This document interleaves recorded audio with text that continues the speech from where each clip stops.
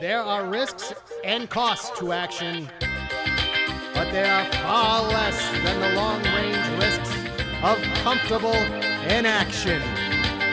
This is SPRH Podcast, where business experts help you to take massive action.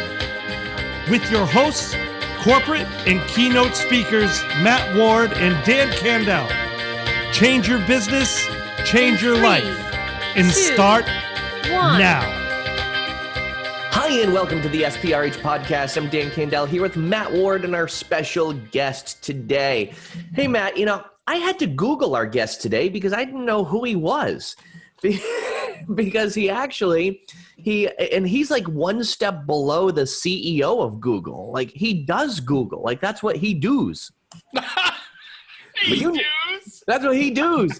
But you knew that because when he was filling out his application, he said, just Google me. I'm sitting right next to Matt Ward right now as we speak. So our next guest today, he is an internet expert. He does do things with Google. He blogs for GoDaddy as well. And he is just the online expert of bringing your business online. So please, let's take massive action today with Brian Kaplan. Welcome, Brian. Thank you, Dan. That's what I do. You always do. You also do spell your name with a Y. Y and a C, so I always have to respell it for people. Yeah, there you go. Thank you, Ellis Brian, Island. Thanks for joining us. As you know, we help small business owners take massive action. Can you share with our listening audience what massive action you have taken and what the results of that massive action were? Yeah, actually, Matt, you and I had met through a program through an email marketing service provider, and they had a nationwide, actually North American, continental-wide speaker program. They shuttered that program, and what I did was created a speakers association with all of those different speakers, and actually that's how I came to present for Google and get your business online. That's right. He did do that, Dan. And I was like, this dude is really going to create an association. And he did. I just kind of didn't get involved right at the bat because, there's a lot of heavy lifting that goes into starting an organization like that. Yeah. What did you have to do, or what did you have to do in order to form that association? Honestly, I started a Facebook group and got everyone in it. So I just, through virality, I had everyone join, and then we started rallying around. Everyone was upset at the time. So I said, listen, let's not be upset. Let's focus on what we can do together and the group buying power or selling power that we had. And as a result, we built the Local Expert Speakers Association, LISA. It's at localspeakers.org. And we were able to connect with a lot of different vendors, a lot of, software companies where we could present on their behalf and sell their products for a commission. So you gathered people based on their pain and their frustration. Yeah, and Dan, the thing is with this is that, so I've known Brian a long time, met him through that speaker affiliation thing that Constant Contact had, and we are somewhat in the same area. We both live in Massachusetts, and so we were able to have face-to-face contact, so to speak, a few times a year. Mm-hmm. But most importantly, I want to share with you what Brian did. So he did two things in my view. Number one, he capitalized on a situation, which I'll explain in a minute. And two, he calmed people down, right? So that was kind of a big issue because a lot of people had their eggs in this basket where they were selling a lot of Constant Contact, so they were getting a lot of commissions from it. And the way they would sell it is through the speaker program where they would go out and speak, and they would also get paid to speak. So there's a whole dynamic there that was going away that in a small business is a big deal, especially when you're a 1-2 person shop. But what he really did was he when he pulled the people together, he could then go out to other organizations and say, hey, you're similar to Constant Contact. You really want to reach your software platform or your service, and you want to reach small business owners. So guess what I've got? I've got this whole group of people that are accustomed to speaking to small business owners on a regular basis. They're good at it. They've been doing it for a long time. And now they're not beholden to Constant Contact. Are you interested in talking? And they were like, yeah. And that's how he was able to form his affiliation with Google that he's at now. And you expressed that frustration to me, Matt, I remember a while ago. And Brian, essentially what you did, you created a movement in a community, and just like the wonderful cult leaders have done of yesteryear, Well, was it? Rajneesh Param 2.0. That's Yeah, no, yeah. So the thing about this is that, there was no pledge, right? There's no get together, right? There was not a get together, right? no contract, no get together, none of that. Yeah. No. It was just people that want to sell and build their business. So like-minded goes people into get what I do. together. Exactly. It goes back to that community mindset. And Matt and I were just talking early this morning, like maybe 9:30 a.m., like early this morning before the crows start crowing, about building a community. And I said, Matt, this year I'm a little down in revenue, but I'm up in community. And I'm using the community online to build online. That's my goal for this year. So what are some ways, Brian, that people can really build that community and as you did and really use the online tools and platforms to do it? So it's funny you said that, because I spoke to someone before the crows crowed too this morning, probably right around the same time. And she's a real estate agent based outside of Boston in the Quincy, Mass area. She's been a longtime friend and a client. And we were talking about how she's bolstering her likability. So community, you have to be like-minded, but at the same time, you have to be likable, right? The charisma, everything else. So we were talking about how we are using her social platforms, how we're creating video for her. And she's doing goofy videos that, most professionals wouldn't consider doing, but people love them and they rally around her. And yes, they do. They love them. Yes, they do. Oh, here he goes. Going to talk about coffee walk and talk again. Yes, I am. Brian, you finished. And I'll tell you about why I'm so excited about you saying that. So the big thing is, a lot of these small business owners, they might create a piece of content like a video, but they don't know where the heck to put it. And that's where we're putting it up on Google My Business. We're putting it on YouTube so she gets some SEO. We're putting it on social media so she's actually connecting and engaging with her fans and followers. And that's been building this community around her. Now when she puts up a post, let's say on Facebook, she's getting over 100 likes on average. For a real estate agent, that's insane. Most people can't stand them and basically unfollow them. So you mentioned Google My Business. I remember a couple of years ago, the big thing was Google Plus. What's Google My Business and how is it different? I'm not that familiar with it. Google Plus is kind of around, kind of not, still exists where you can build a profile. There's like MySpace. It's like my brother worked for MySpace, actually. Oh, jeez. Rest in peace. But basically, Google My Business is Google Places, Google Plus 2.0. Google My Business allows a small business to get online, to put their name, address, and phone number, so the NAP info that's really pertinent for local search.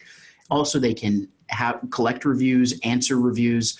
They can put up posts. So now it's almost like you're taking a post, like a social media post, and putting it right on the SERP page, the search engine review results page, so that you're taking up even more property on a Google results page. And the coolest thing, they're able to upload photos and videos aside from the posts so that people can really start to engage with them, connect them, and feel like they're a part of that business. And can those be shared with like YouTube and everything like that? Do those connect, or are they really different, unique platforms? You can create a brand channel on YouTube and that can connect with your Google My Business listing. But really those videos are isolated files that you're uploading just to Google My Business so that you have content sitting there. When someone's looking for a local business, have you guys ever, been, let's say, hungry, you look for a restaurant near me, or maybe your car breaks down, mechanic near me, a leak? All the time. You want to take that one, Matt? I'm all the time hungry. I'm always looking for somebody with a Big Mac pizza. Okay. I've never heard of that, but yeah, right? So 12 beef patty, special sauce, lettuce, cheese on a crust? On a crust. Holy moly. Whoa, that just spouted off the tip of your tongue. You have experience in this, don't you, Brian? I used to sing the commercial all the time when it came out in the 90s, but that's a different story. That was a different time, trust me. Big thing here is those are called micro moments. So at Google, we coined this term micro moments. It's a moment where you need to know, go, do, or buy, right? So let's say, Matt, okay, you're looking for the Big Mac pizza, you're hungry, then you're gonna look for a restaurant near me, a pizza place near me. Well, that's where Google My Business comes in, because that's when the business shows up. Interesting. So what you're saying is Google on My the search engine Business. results page, whether phone or desktop or laptop. So what you're saying is that Google My Business feeds into the localized results. It feeds into the localized results. And you guys, let me tell you something about like a staggering stat. 1.5 billion destinations every month are visited by people due to their Google searches. Billion. So people are looking more and more than 30% of all mobile searches are related to location. So people are typing in near me. So they want to find something that's within their proximity. That's why Google My Business is so important. I'm south of Boston. I'm not going to look for a pizza place that's north of Boston or west of Boston. I want it to be within a mile or 5 miles. I've noticed that my own search trend habits tend to be adding near me into the search. Now, I think at one point that was suggested by Google, right? And so they then started changing my behavior pattern to the point now where if I'm just suggested with the brand, so say it's Starbucks. Well, for me, it wouldn't be, but I'll use them as an example. If I do Starbucks, I actually won't even think about typing in Starbucks. I'll only think about typing in Starbucks near me. And if I'm presented with the two options, my two options, I always check the near me one because I don't want to drive farther. Well, yeah. You want it near you. You also, so the other things that you're looking at, are they open now? Because you don't want to waste your time, right? So it's been shown through Google Consumer Barometer, which was back in 2017, about April or so, 40% of local business searchers want to find hours of operation. So now they're not even typing in near me, they're typing in restaurant open now or delivery now.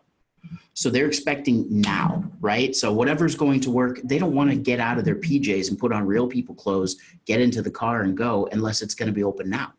So you're looking at the hours and you're also looking at reviews, which is a big deal.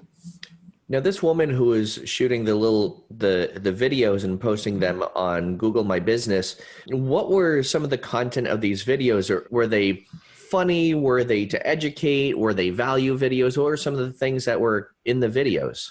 She's taking more of a levity approach. So there's so many real estate agents that can regurgitate data.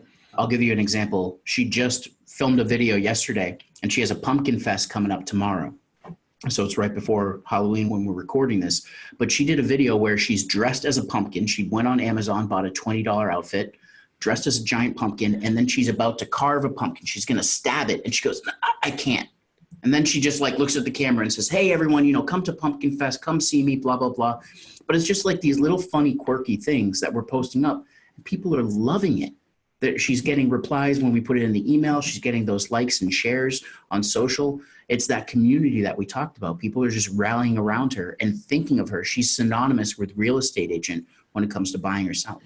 We just talked about a similar concept with Orna Ross a couple of weeks ago, and we were talking about sometimes funny, cute little videos will attract way more attention, way more people than does sometimes even a value video, because sometimes people just need that stop in their day to remind them to laugh. And when we're laughing, when we're having a good time, our barriers are down. So we're not really expecting to be sold to. And the great thing is, sounds like this realtor, she's not selling anything really. She's pushing a message or pushing an event, but it's in a fun way. And people, just like you said, I wouldn't expect a realtor to do that, but I don't care. I want to work with that realtor now because I want someone who dresses like you want to work?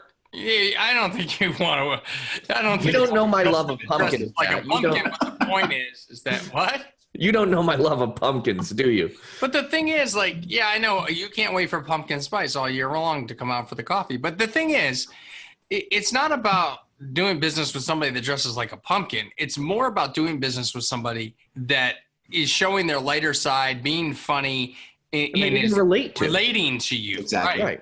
See, I knew you were going there, and you were going to steal the thought right out of my head, but I said it before you first. That's what hypnotists like me do. Oh, you did not just go there. Now you see me. Matt took one of the $9.99 trainings online to intro to hypnosis. No, I didn't. It was on sale. It was 99 cents. So send it to me. You know where I got it from? Mike the Shallot. Oh my gosh! Oh, inside joke. Mike DeShallot. Oh boy, I got to tell him that we've been mentioning him on our podcast. The podcast, like he doesn't. I know he doesn't. Mike, this is a challenge. Listen to our podcast and tweet us. No, you don't even have Twitter, anyway. And actually, no, because but let's bring up Mike DeShallot as a good point because Mike moved his business. Yeah, he did. Arizona to Las Vegas, and this is a big deal. Can you talk a little bit, Brian, about a business evolving, changing, either adding locations or moving, and how Google My Business affects that or can help or hurts or whatever? That is a great question. I just presented at the Yelp headquarters last week, and I met a guy that owns a Rush passport business. So he works with a lot of celebrities who need travel visas and stuff to get out of the country really quick. He moved from Avenue of the Americas to West 35th Street, and all of his Google My Business stuff was still showing Avenue of the Americas. It's really important. If John Legend is coming or Neil Patrick Harris, who he has pictures with, are looking for the address and they go to some spot on Avenue of the Americas, you bet they're going to tweet and be like, this guy stinks. Why? I'm not going to him because he doesn't even have the right address. Really easy within Google My Business to update your address. You just go in and change the address, the phone number, those types of things. If you have new locations, you just create a new location. The unique identifier is the address and usually the phone number too. So you want to make sure that if you have a different location, let's say Phoenix is one office and Las Vegas is the other, I would want to see 2 phone numbers. Well, how do you deal with that when you're dealing with a corporate office that might have a main phone number but have an annex office? It can have the same phone number. That's fine. It's going to create some local search kind of abnormalities because the name, address, and phone number are those 3 critical pieces. Name can be the same. That's fine because there's multi-location. Address would obviously be different. A great example though, Matt, too, not even just a multi-location, but let's say that you're a real estate agent or you work in a co-working space, right? And you have your dedicated office. Well, that address, that main address probably already is owned or claimed by someone.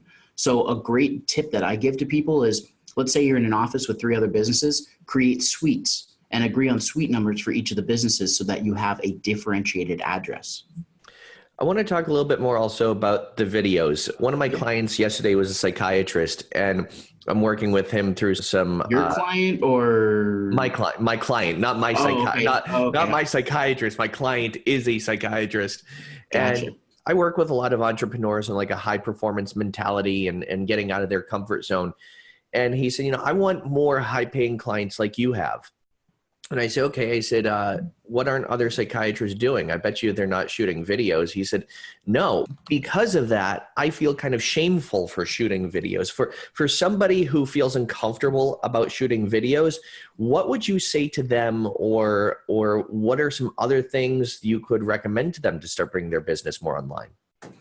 So that's a really good question. I mean, the power of video is unquestioned, right? We're seeing that every minute 4 million hours of video is uploaded.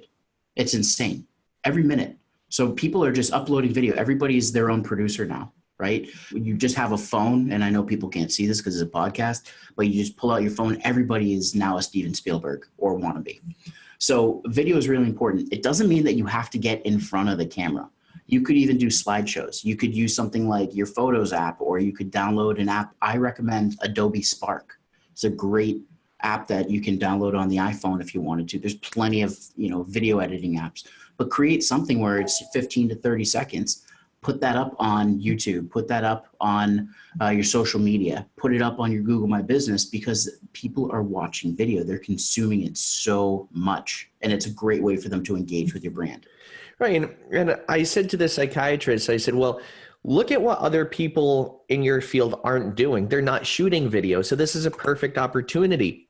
And he said, well, what happens when my friends see it and when my family sees it and they're going to make fun of me? I said, listen, are they your customer? You're not going to sit here and work with your friends and your family. They're not your customer. He said, they're not going to pay you $2,500 to work with you.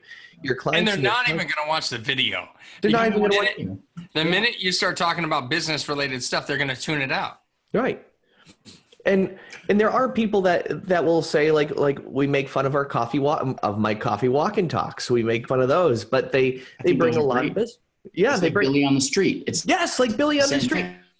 What is the stop and chat, the walk and talks? They're great. Yeah. Billy on the Street will run up to a person and he'll say, "Quick, for $1, who is Ryan Seacrest?" And they'll be like, and he'll go, "No." Oh, that's Billy on the Street. He'll just But run it's all away. about interaction. You know what I call it? The Patch Adams effect. Yes. Remember the movie Patch Adams with Robin Williams? Like, smile and say hi to people. Yep. It's an amazing thing. I'll tell you something. So if you go back to that psychiatrist outside of your appointment time, no, I'm just kidding. But if you go back to that psychiatrist, tell him that according to Cisco, by 2021, 80% of all consumer internet traffic will be video. So his family can laugh all they want, but if he starts making video now, they'll laugh all the way to his bank account, because 80% of all traffic is going to be watching and consuming video.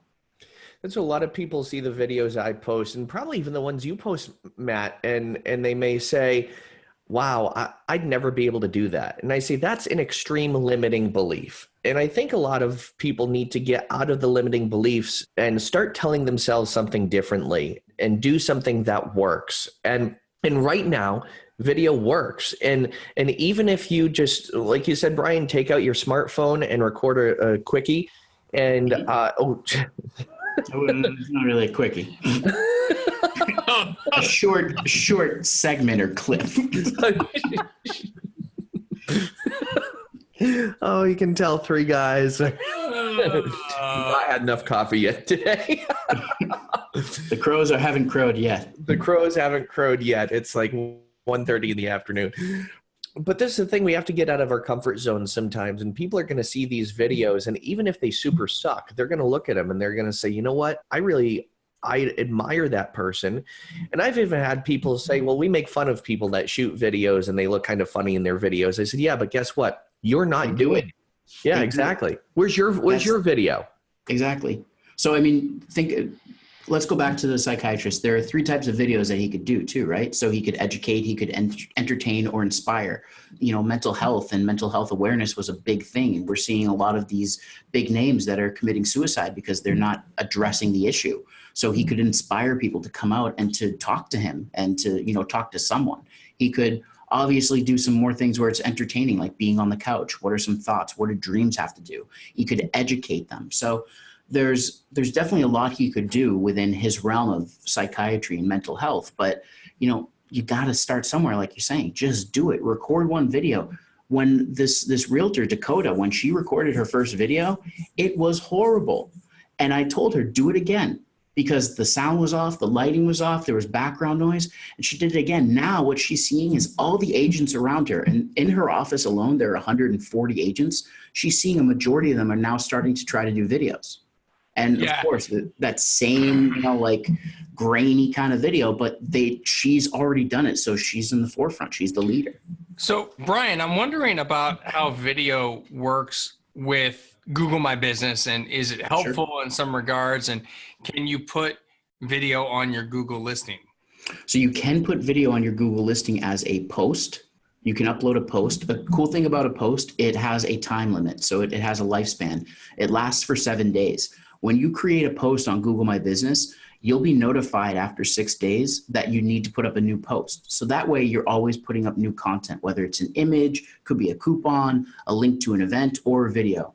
The other thing, if you create evergreen content, meaning that, listen, it's timeless, I could watch it now, I could watch it in 2019 or however long after that you can upload as a video onto your Google My Business listing. People can actually consume that video along with the photos they see of you in your business. Well, Matt, I think you and I should probably start posting video to Google My Business and put our podcast on. Well, this is another issue that makes me start to think, how would a podcast utilize Google My Business? And also the same regard goes for a solopreneur. For our small business owners who don't have staff or don't have a location, they work from their home. How do they leverage Google My Business for that type of business? Okay, so to address your question about the podcast, open it up in something, whether you use iMovie or Adobe Premiere or whatever. Listen, since you guys don't have video, just have the logo. We have video. We have video because we do it with Zoom and Skype and whatnot. So we can get the video on there. My question would be more like, how does the listing work if we don't really want to show our home addresses? Because that's where we do it from.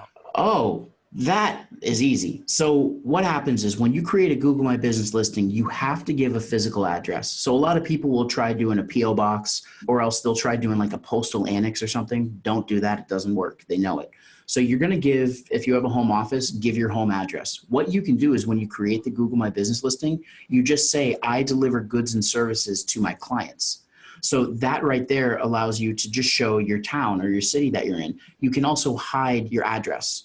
That happened to me. So before I started speaking for Google, when you and I were both working with Constant Contact, listen, I had a home office. I was traveling all the time. There's no point in having overhead. So it was at my home. You could see a picture of my house. I even saw through metrics that people had requested directions to my house, which obviously is, a little worrisome because I've got my wife and 2 kids there. So I learned how to hide my address, and now it's not a concern anymore. So I think that's important for our small business owners to recognize, is that you need to be on Google My Business, even if you have a home-based business. You just need to go through the process of ensuring that you hide the address so that you eliminate that concern. Because I think that's the biggest concern, Brian. Would you agree? Do you hear this a lot when you speak? It's funny. I do hear that a lot. And the one outlier, I heard this in New York, one person wanted their address to be shown for whatever reason. So, the majority of people do not want to show their address. The one thing I'll say in the caveat here, if any of your listeners run an e-commerce shopping cart or an online store, they're fully online, Google My Business wouldn't make sense for them, right? It's really about local business. We've talked about near me, open now, those types of things. So if it's fully an online business, then Google My Business doesn't make sense. That's where creating a YouTube channel and having social media and having a good website would make more sense for them. Got it. So the thing I love about this podcast is there's so many unique concepts and ideas. And we were just talking about, Brian, that Javed Khan is one of your good friends. And, he talked about a video service and software, which was BombBomb. We had somebody else on several weeks ago who talked about virtual answering service. We're talking now about Google My Business and other ways to do videos. And for our square peg round holers out there, take some of these concepts our business professionals and their podcast guests are talking about and just test them out. Just plug them into your business. And even if you get 1 or 2 new prospects, deals, or clients from it, it's done its job. Take these resources. It's return. It's all return. And Dan, the other thing, sorry to cut you off, but if you have, being a small business owner and being someone that bootstrapped my way, I never took debt. I never took on any debt or any loans. I always tried to figure out free ways to grow the business. If you have access to free tools like this, and it's from one of the leading sources in the industry of digital marketing, Google, you can actually create a listing and have a property on Google. It makes total sense. It's worth the time, and it's worth taking the time out of your schedule to make sure that you're showing up when people are looking for you in those micro moments. So let me ask you then, kind of a spin-off of this topic. Sure. Do people need to invest in Google AdWords? That is something, it really depends on the industry, depends on the business. It's now Google Ads. And Google then it's Ads, Express. Don't ask. But yes, I'd say Google Ads or smart campaigns do make sense. Again, it's that micro moment. So if we kind of cycle back, if I can give a little preface to your question, one of the big things is our listeners need to know their buyer persona. They need to know their audience, right? And I'm sure you guys have talked about buyer persona or target audience before. Episode 3, I believe it was, with Ronnie Bartle. Episode 3.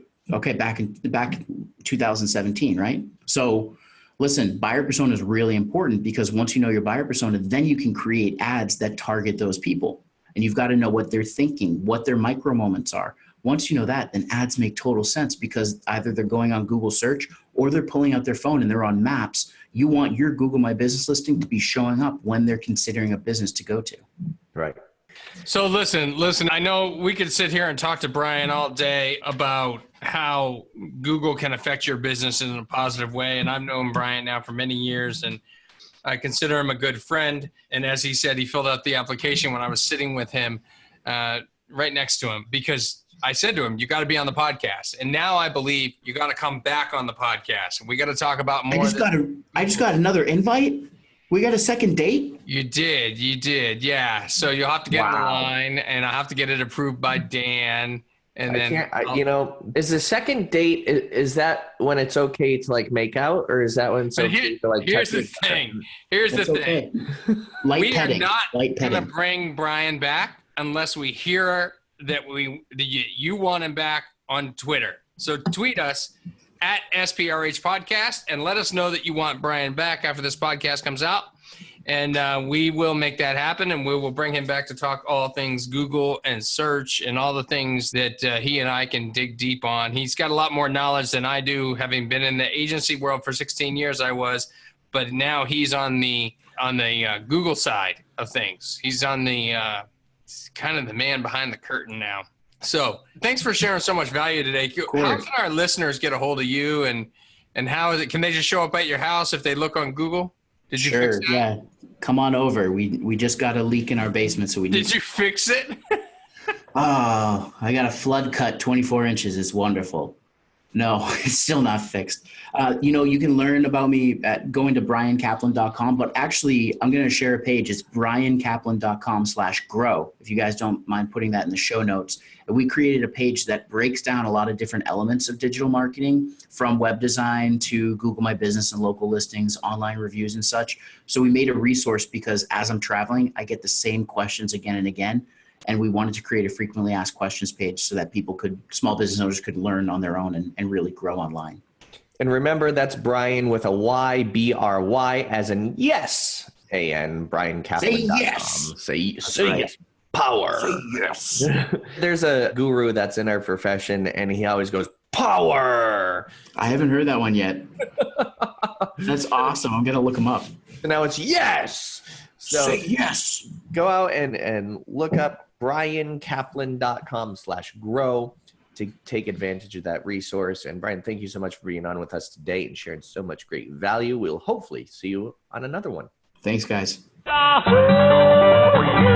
Hey, Matt, what's your Yahoo moment? Dan, my Yahoo moment with my good buddy Brian Kaplan today is to add your address, even if you're a solopreneur, even if you are a home-based business, and then hide the address so that people don't show up, because you need that to get the good listing and the good rankings on Google. So make sure you do that. What about you, buddy? Mine, one of them was kind of about behavior of people who are searching online and Google. It's a no-go Dubai. And it sounds like another language, right? Right? No-go Dubai. No, go. So you have to know, then you go, then you do, then you buy. And another spin on this is when we were talking about videos, he said there's 3 things that you can do in videos. You can educate, entertain, or inspire. So think, to our square peg round holers, think of some ways that you can educate, entertain, and inspire in everything that you do, and make it public, post it, make it go viral. You just listened to the SPRH podcast with Matt Ward and Dan Candell, where you learn from the pros how to take massive action. Remember, have yourself an action-oriented day.